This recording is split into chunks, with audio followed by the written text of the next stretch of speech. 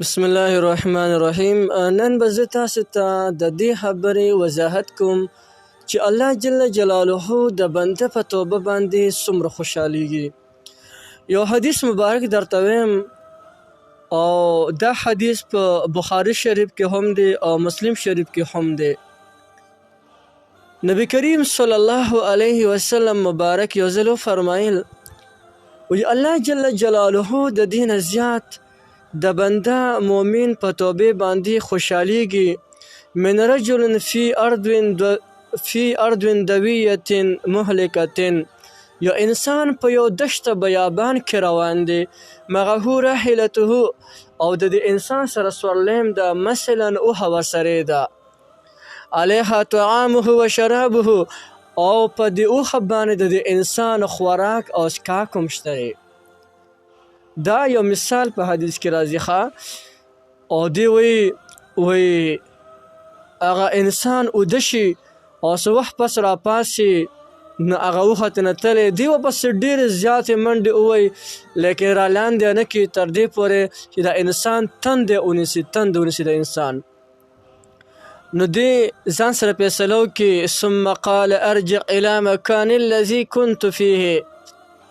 دی ځان سره دا فیصله وکړي وی راځه چې همغه ځای ته دوباره لاړ شم چې کوم ځای نه زه راغلی ما ولې فانام حتی اموت بس هلته به وده شم بس مرګ به راشي راله ولې چې زما د خوراک کاک او د پایي اسلحه او هر څه راسره نو هغه اوښې ځان سره یوړل هغه چې دی لکه سرکسه شوله او اوس په دشته بیابان کې به زه څه وخورم څه به وڅښم او که راباندې زمري راغو یا راباندې بل ځناور راغلو ابیمات کې هیڅ به راسره نه وي.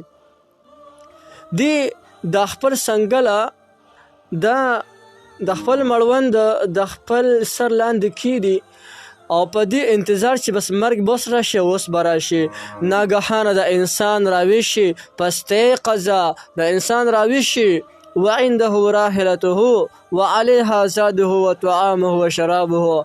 کله چې د انسان راویښ شي او وګوري نو د سره خوا کې هغه د سره په خوا کې همغه اوښ هم ولاړې په هغې باندې د ده خوراک څښاک هم وي او د سفر تو هم باندې وي. نو ګوره فالله اشد فرحا بتوبة العبد المؤمن.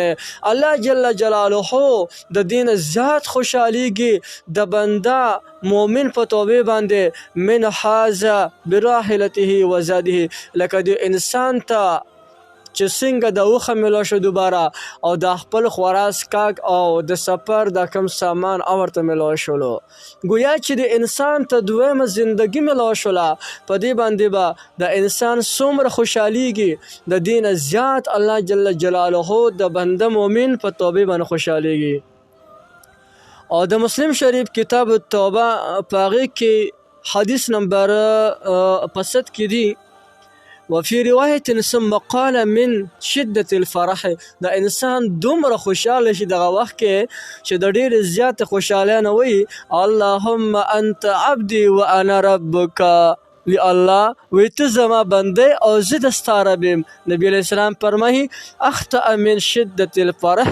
د انسان د ډېر خوشحالۍ د وجې نه خطا شي خولې خطا شي دومره خوشحال چې خولې خطا شي حالانکه ویل داسې پکارو اللهم انت ربي وانا عبدك. ای الله زه د ستا بنده یم او ته مې رب یې. خو دا د ډېر خوشحالۍ نه وایي اللهم انت عبدي وانا ربك.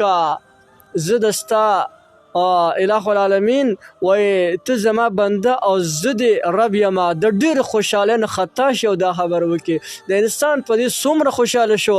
نبی کریم صلی الله علیه وسلم مبارک فرمایي وایي دې نه زیات الله جل جلاله د بنده په توبه باندې خوشحالیږي. نو باید موږ ته الله یو ډېر ښکلی مزیداره مقرره کړی ده ولې دا خپل ژوند موږ په فضولیاتو په لخو لغب کې تېروو. راځئ چې الله جل جلاله ته رښتونې توبه وباسو.